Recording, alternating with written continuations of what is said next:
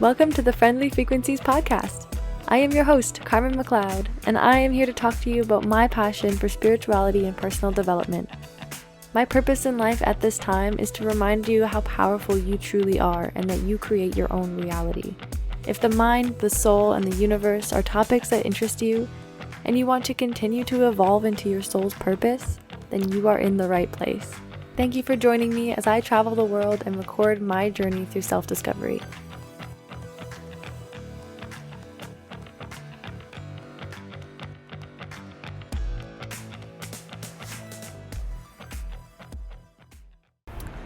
Hello everyone!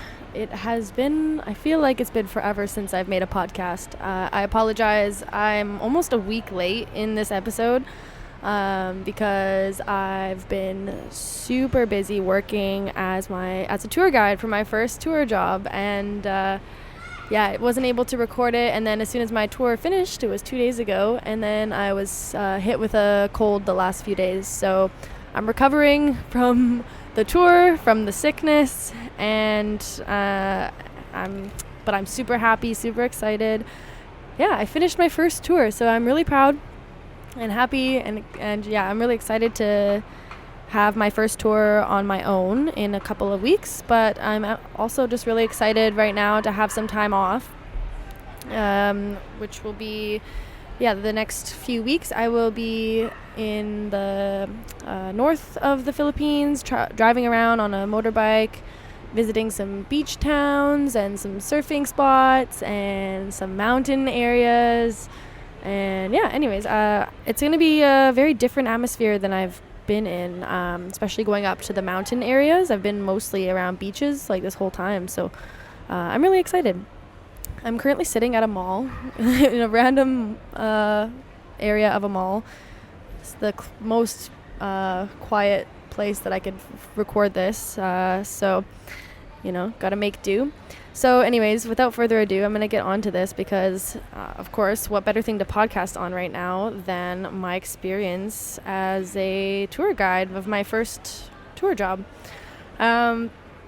I was really excited to make this, and I'm actually really glad I had to wait because I feel like it's better to wait till the end of the tour so that I'm able to kind of give you a succinct, picture of what I learned about myself during the process.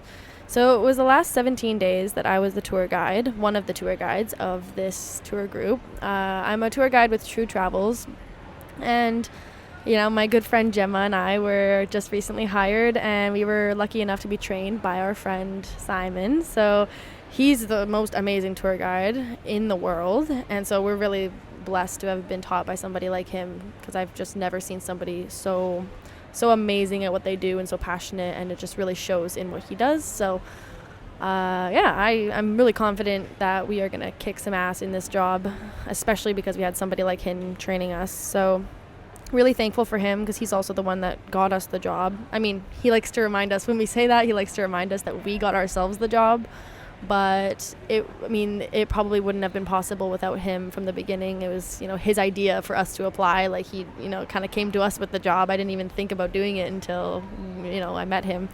So really grateful for him. And, so it was just a really amazing experience. Overall, Gemma and I had so much fun, and it was kind of halfway, like the experience was kind of halfway between being a tourist on the tour and being the tour guide. So we were kind of halfway in the middle, because we weren't doing all of the work. Like, Simon did all of the background work that you need to do, all of the setting everything up, making sure everything is good to go for the rides, the flights, the everything. All the things. He ran the show, but he would just tell us about what he was doing as he was doing it, or afterwards. And so we weren't actually doing that work, but we were just aware of what he was doing so that we know what we need to do when we do it on our own. Because usually there's just one tour guide on the tours. So next time it will be just me, and then time after will be just Gemma. So we weren't doing all of that work. We were just kind of, every time we were just hearing what he was doing. And so, but we got to participate in all of the fun stuff, all the boat tours, island hopping, zip lining, canyoneering, like all of this kind of stuff. It was so much fun. And so we got to enjoy all of those parts of it. And then, of course, like making sure the guests are having a good time. That's a huge part of the job. Is just make sure the guests have a good time, keep them happy, and just be, just help them have a great time. And obviously we are really good at that because we're people, people persons. So overall, it was just so much fun, and I learned a lot about myself throughout this process, or was essentially reminded things about myself. I think that there are things that I already knew about myself that I kind of forgot about, and there's a lot of things that came up where, and I'm not going to see them, I definitely don't see them as negatives or negative parts of myself, but they're more, we call them rackets in the one of the course that I did. We label them as rackets, meaning like a racket is basically something that's limiting myself, or something that's going to hold me back from my fullest potential. So a racket could be poor time management. It could be being late for things often, or it could be low self-esteem, or the tendency to lie. Like, I don't know, these are all just examples. They're not necessarily my rackets, but those are just examples of like common rackets. So my rackets came up in this job, and I'll talk about what those are. And there are things that, have come up for me in my life and have come up for me in the course, the next level leadership training. They definitely came up in that course, and so it's interesting. I was definitely already aware of them, and then through this through this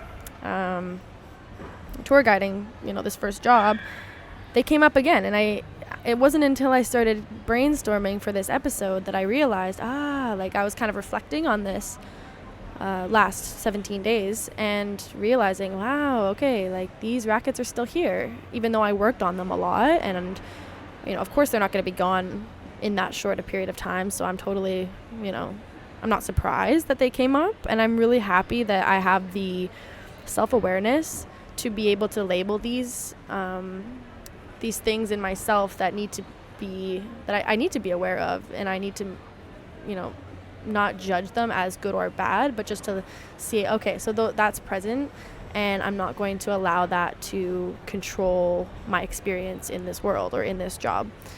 So I'm really excited because now next time when I show up as the only tour guide of when it comes to my next tour, I'm now aware of the rackets that came up for me in the last one, and now I'm able to, I think I'm more able to be equipped. Sorry, I feel like my brain's a little slow right now because I'm still sick, and I've been sleeping the last 2 days, so don't mind me if I'm not using my words properly.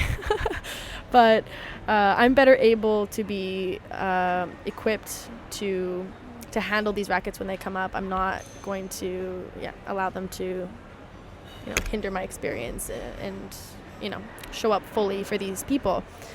So my intention for this episode is to talk about these rackets that have come up for me, and to stay in control of them, to stay on top of them. The more that I'm able to label them and give and point them out, I'm more able to stay in control and give myself the power, rather than letting these rackets control me and have the power be in them.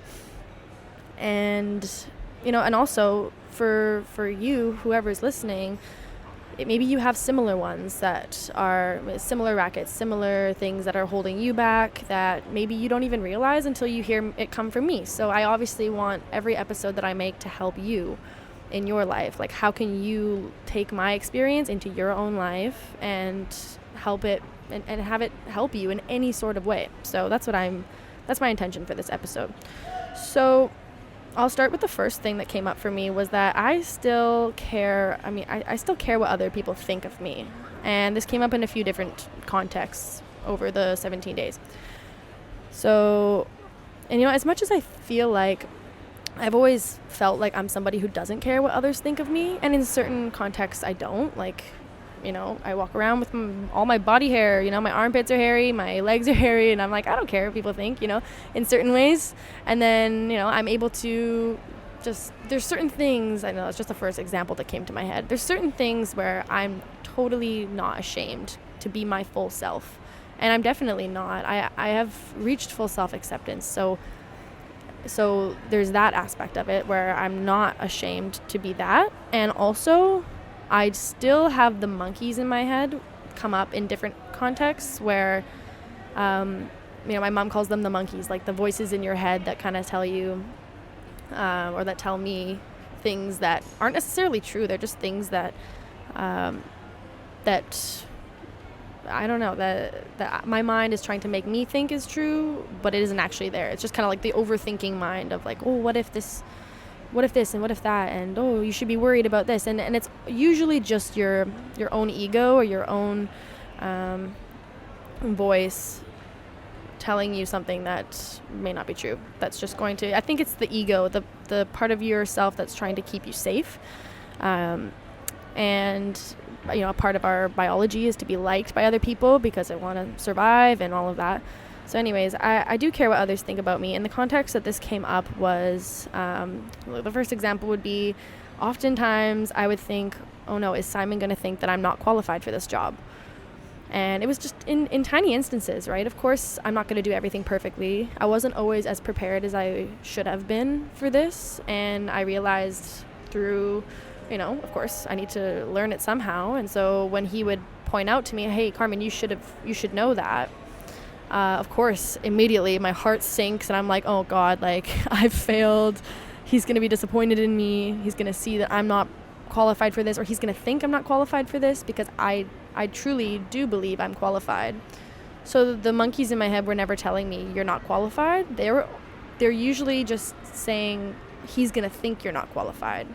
That's often the thing, is that I don't actually ever believe these bad things about myself, and this comes up in many areas of my life where I don't actually think the bad thing about myself, but I often think that other people are going to think that is true of me, if that makes any sense.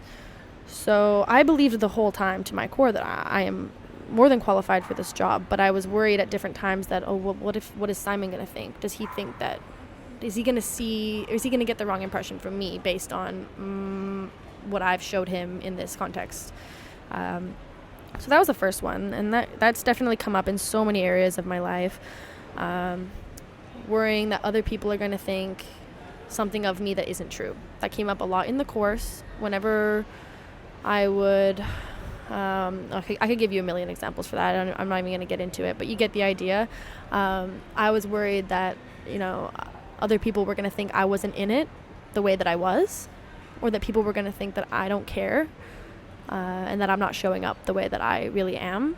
So it comes, and I'm, how you do one thing is how you do everything. So I can almost guarantee that this shows up in my life outside of the course and outside of this job. So I'm really happy to be aware of this, because I'm going to continue working on it so that it doesn't take over my thoughts so much, and I can focus my energy on something else.